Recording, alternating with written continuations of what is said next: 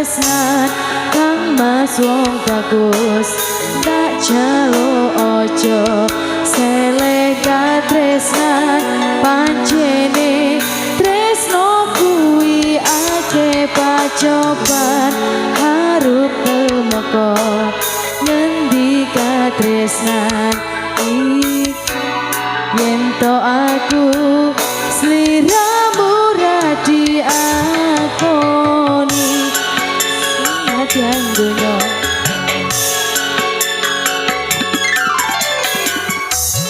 senadyan donya ra bisa nampa bakal tak joko yen turu kabisa mereka buoso kang mas kowe sing tak sayang ralilo aku kudu kelangan kang mas mustika ning ati dongoku siji tresno iki abadi dong dewa-dewa ning asmara kuatno ati kawula anggon kula laput tresno datang kendhat saking coba tarewangi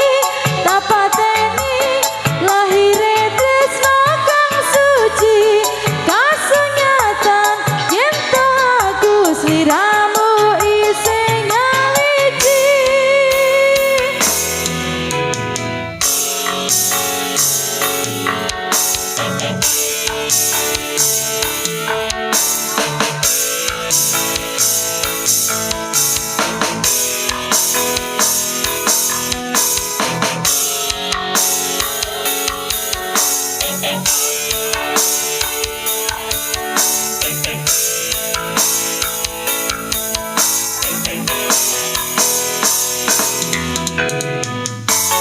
harus temeko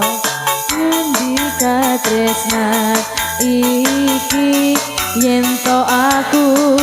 sliramu radi akoni senadyan donya ra bisa nampa bakal tak joko yen